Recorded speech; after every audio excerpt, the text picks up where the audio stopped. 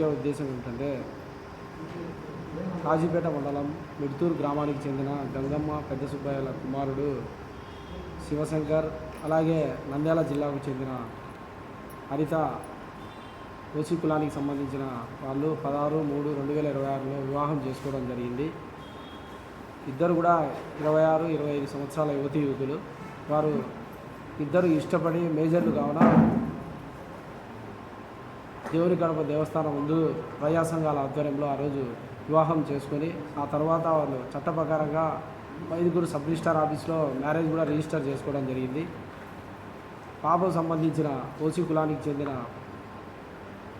వారి తల్లిదండ్రులు ప్రసాద్ రెడ్డి, సునీతమ్మ, వాళ్ళ బంధువులు కూడా దళితుడికి సంబంధించి మా అమ్మాయిని పెళ్లి చేసుకున్నాడనే కారణంతో వాళ్ళు దాడి చేయ ప్రయత్నం చేసి వాళ్ళు భయప్రాంతులకు గురి చేస్తే దిశ పోలీస్ స్టేషన్లో వీళ్ళు ఆశ్రయించగా పోలీసు వారు వారికి పంచాయతీ చేసి మాకు ఆ పాపకు ఎటువంటి సంబంధం లేదని అగ్రిమెంట్ కాగితాల మీద సంతకం కూడా పెట్టి వాళ్ళు తిరిగి వెళ్ళిపోవడం జరిగింది. ఆ మార్చి నెలలోనే వెళ్ళిపోయి 2 నెలలు గడిచిన తర్వాత మళ్ళీ ఒక దళిత కుటుంబానికి సంబంధించిన వాడు మా అగ్రవర్ణాలు వివాహం చేసుకోవడం మేము ఓర్చుకోలేకున్నాము, మా పాపను మాకు అప్పగించండి అని చెప్పి కాజీపేట మండలం మిడ్తూరు గ్రామానికి దళిత కుటుంబంపైకి పదే సుమోలలో వెహికల్లలో వస్తూ భయభ్రాంతులకు గురి చేస్తున్నారు. ఈ దళిత గంగమ్మ పెద్ద సుబ్బయ్య సంబంధించి వీరు కూతురి మీద ప్రేమతో వాళ్ళు జరిగిన వెంటనే ఓర్చుకోలేక ఈ విధంగా ప్రవర్తిస్తున్నారని వారు లోకల్ పోలీస్ స్టేషన్లో కూడా వాళ్ళు కులం పేరుతో దూషించినా కానీ కులవివక్ష చూపిస్తున్నా వారి మీద సానుభూతితో వాళ్ళ మీద ఫిర్యాదు కూడా చేయలేని పరిస్థితి. పోయే కొద్దీ వాళ్ళు ఇద్దరు కూడా యువకులు వివాహం చేసుకొని సుఖంగా జీవిస్తున్నారు. కావున ఈ సమస్యను పెంచి చెడ్డ చేసుకొని తగాదాలు పెట్టడం ఎందుకని దళితుడు శివశంకర్ తల్లిదండ్రులు ఓర్పుతో ఉన్నప్పటికీ ఒకసారి కాదు, 2 సార్లు కాదు, వారానికి ఒకసారి, నెలకు ఒకసారి, నిన్న 26వ తేదీ శనివారం కూడా కాజీపేట మిడ్తూరు గ్రామానికి వెళ్ళి కుటుంబ సభ్యులను మా పాపను మాకు అప్పచెప్తే బాగుంటుంది, ఒక ఎస్సీ కులానికి సంబంధించిన వాడు మా పాపను చేసుకున్నాడంటే మేము ఓర్చుకోలేకున్నాం, మీరు మీ అంతు చూస్తాం, మీరు ఎలా మీ అంతు చూస్తామో మీకు కూడా దిక్కు తెలియదు, మీ చావులు అట్టుంటాయి, మీరు మర్యాద మా పాపను అప్పచెప్పండి అని దౌర్జన్యంగా మిడ్తూరు గ్రామానికి వెళ్ళి కాజీపేటకు వచ్చి కూడా వాళ్ళు దౌర్జన్యంగా మాట్లాడడం, భయభ్రాంతులకు గురి చేస్తున్నారు. పదే ఒకసారి కాదు, 2 సార్లు కాదు, 3 సార్లు కాదు, కన్న కూతురు మీద ప్రేమతో ఈ విధంగా ప్రవర్తిస్తున్నారని ఓర్చుకున్నప్పటికీ కూడా వాళ్ళు చట్టాన్ని గౌరవించకుండా భారత రాజ్యాంగం ఇచ్చిన హక్కుల ప్రకారం ఇప్పుడు రాష్ట్ర ప్రభుత్వం కూడా కులాంతర వివాహాలను ప్రోత్సహిస్తూ సమాజంలో కుల వివక్షను అంతమొందించాలని చెప్పి అనేక ప్రోత్సాహాలు ఇస్తూ ఉంది. ఇటువంటి ఆధునిక సమాజంలో కూడా కులాన్ని పట్టుకొని ఊగులాడుతూ పరువు హత్యలు చేయాలని చూస్తున్నారు. ఇప్పటికే అనేక మంది కూడా దళితులు ఎవరినైనా మ్యారేజ్ చేసుకుంటే వాళ్ళని కొట్టి చంపడము, దౌర్జన్యాలు చేయడము, హత్యలు చేయడం జరుగుతుంది.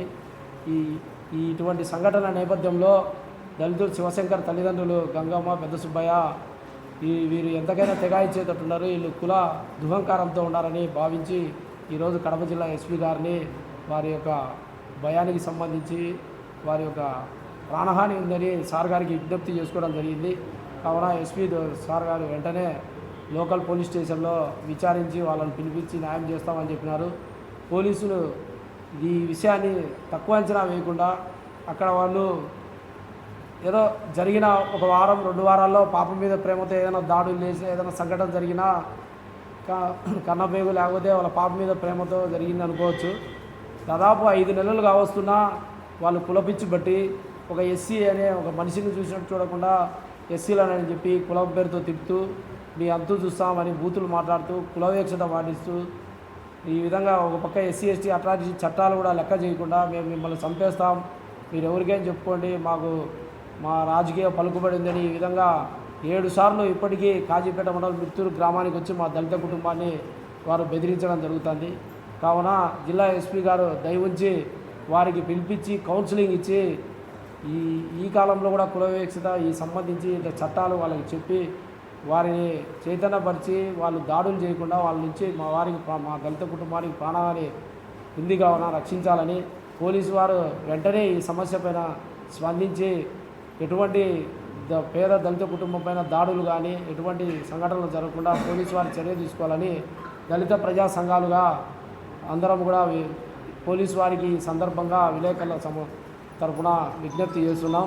ఈ విషయాన్ని తక్కువ అంచనా వేస్తే వాళ్ళు 10 సారి రౌడీ ముక్కలు తీసుకొని ప్రసాద్ రెడ్డి సునీతమ్మ పాప వాళ్ళ తల్లిదండ్రులు వెహికల్లో మనుషులు తీసుకొని దాడి చేయడానికి వాళ్ళు వెంబడిస్తున్నారు. ఇప్పటికి కూడా పెళ్లి చేసుకున్న యువతి యువకులు శివశంకర్ అధితాలు కనిపిస్తే చంపాలని కూడా వాళ్ళు ప్రయత్నాల్లో ఉన్నారు. ఆడికి ఈ కుటుంబము ఒక అడ్రస్ తెలుసు కాబట్టి కంటిన్యూగా 7 దఫాలుగా వచ్చి భయభ్రాంతులు గురి చేయడం జరిగింది. కావున సంబంధిత పోలీసులు గారు కానీ నంద్యాల జిల్లాకు సంబంధించిన అక్కడి పోలీసు వారు కానీ వారి కౌన్సిలింగ్ ఇచ్చి బాధిత కుటుంబానికి వాళ్ళకు కూడా చట్టాన్ని చేతిలోకి తీసుకొని ఈ విధంగా చేయకూడదని వాళ్ళకు కౌన్సిలింగ్ ఇవ్వాలని, అలాగే వీళ్ళకి రక్షణ కల్పించాలి. ఈ సందర్భంగా జిల్లా పోలీస్ యంత్రాంగాన్ని దళిత ప్రజా సంఘాలుగా విజ్ఞప్తి చేస్తున్నాం. ఒకసారి వచ్చింది, ఫస్ట్గా వచ్చినప్పుడు చర్చి కాడికి వచ్చింది. మమ్మల్ని పిల్లలు మా బిడ్డలు మాకు అప్పగించండి, మీరు సాకలేరు, మా బిడ్డ మాకు కావాలా, మాకు పంపండి అని.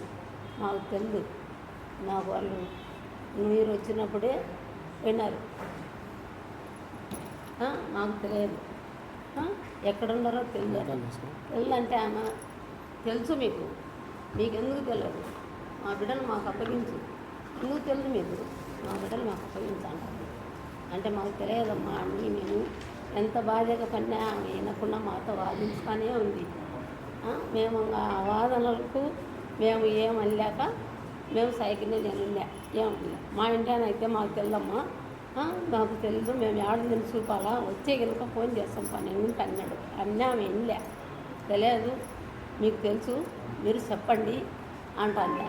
చెప్పకపోతే మీ పరిస్థితి ఏముంటుందో, మీరు ఏమవుతారో, మీ కులం ఏంది, మా కులం ఏమిటి, మీ పరిష్కారం చాలా వచ్చాయి, పరిహారాలు చాలా ఉంటాయి అని మళ్ళీ ఇంట్లోకి వచ్చింది. ఇంట్లోకి వచ్చిన తర్వాత నా బిడ్డను నాకు అప్పగించండి, నాకు చూపియండి, మాట్లాడేయండి, లేకుంటే కనుక మీకు చెప్తాను, హెచ్చరించండి. ఎన్నిసార్లు చెప్పినా మీకు హెచ్చరించినా కానీ మీకు నాకు చూపలేక బిడ్డను చూపుకోకుండా ఇంకా పరిహారం వేరుగా ఉంటుంది, చూపించమని అడుగుతున్నాను. నాకు తెల్లదన్నీ వెళ్ళా అమ్మ అట్టయింది. మళ్ళీ నిన్న కాజీపేటకు వచ్చింది. కాజీపేటకు వచ్చి మళ్ళీ ఆమె కాజీపేటలో వాళ్ళు ఏం మాట్లాడుతున్నారు, ఏం కథనో తెలియదు. కానిస్టేబుల్ మా ఇళ్ళ కాడికి వచ్చారు, మమ్మల్ని అడిగినారు. అడిగితే కానిస్టేబుల్ నా కొడుకులు అని లేడం ఉండదు సార్, నేను పని చేసుకుంటున్నా కడపలో, నేను రాలేను అన్నాడు. నేను రాలేనంటే అటైతే మాకు అవసరం అయితే ఫోన్ చేస్తా రా అన్నాడు. నా బిడ్డ రాలే, వాళ్ళు ఏం మాట్లాడుకున్నారో మాకు తెలియదు. మాకు భయంగా ఉంది, మా బిడ్డను ఏం చేస్తారో వాళ్ళు పదే 7 మాటలు ఇచ్చినారు. 7 మాటలు అందరూ పంచాయతీ పెట్టినారు. కానీ వాళ్ళు ఏం చేస్తారో నా బిడ్డలను, ఆ కొడుకు 2 ఖర్చులు చేసినటోళ్ళు వాళ్ళు పొద్దున్న లేచి అలా ఉంటే వాళ్ళు రావాలా, పని చేసుకోవాలా, బతకావాలా. వీళ్ళు మధ్యలో వచ్చి ఏదన్నా అటాకులు చేస్తే మా పరిస్థితి ఏంటి, మాకెవరుండరు దిక్కు, మాకెవరు లేరు. అందుకు కాబట్టి మేము ఇక్కడ మనం ఏం చేసుకోవడానికి వచ్చాం.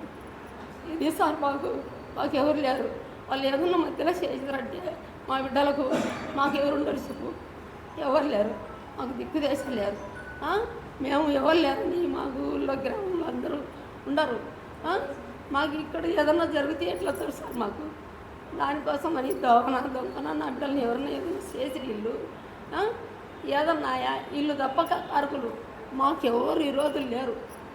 వీళ్ళే మాకు ఈ రోజులు ఏదైనా కానీ మమ్మల్ని చంపాలన్నా, మమ్మల్ని అటాక్ చేయాలన్నా, మా బిడ్డని ఎత్తుకుపోవాలన్నా, నా మొయ్యని ఎత్తుకోవాలన్నా, నా బిడ్డలు ఏది చేయాలన్నా వాళ్ళు తప్పక మాకు ఎవరు లేరు. ఈ రోజులు అనేది మాకు లేరు సార్, మాకు అది ఒకటే ఉండేది.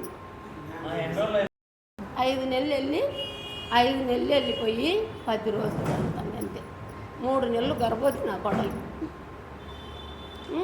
3వ నెల అన్ని రికార్డులు గునికి ఉన్నాయి. అమ్మకాడ చూపించుకున్నాం కదా, 3వ నెల జరుగుతుంది. ఇప్పుడు గునికి వాళ్ళు ఆ రకం మమ్మల్ని ఏదించుతుంటే మేమేం చేయాలి సార్ చెప్పు, మేమేం చేయాలా? భయపడుతున్నాం. మా పిల్లల్ని వాళ్ళు తీసిపోయి ఏలుకుంటారు కదా, చంపుతారు. నా బిడ్డలను చంపుతారు, మా సంసారం ఎత్తమైపోతుంది ఏమోనేమి మాకు భయం వస్తుంది సార్. దాని గురించి ఇంక మాకు ఏం లేదు సార్. అదే మా బిడ్డలకు మాకు రక్షణ కావాలి. ఏం సార్ పాప సురక్షితంగా ఉందా లేదా? ఉండరు సార్ అక్కడ చూపిస్తారు, అక్కడ ఉండరు. బాగుండదు కదా, హ్యాపీగా ఉండరు వాళ్ళిద్దరు మరి ఇంకేమి? వాళ్ళ అమ్మకి ఏమో సార్ మరి వాళ్ళ అమ్మ అందరిని వేసుకొని వచ్చాను, జీబులో తీసుకొని వచ్చాది. ఎదురూరు బాబు, మాదిగ రిజర్వేషన్ పోరాట సాధనా సమితి రాష్ట్ర అధికార ప్రతినిధి. పాత్రికేయ మిత్రులారా, ఈరోజు మనం గమనించినట్లయితే సమాజంలో కులాంతర వివాహాలు ఎక్కువగా జరుగుతున్నాయి. కుల నిర్మూలన కోసం సమాజం ఎంతగానో పాటుపడుతుంది.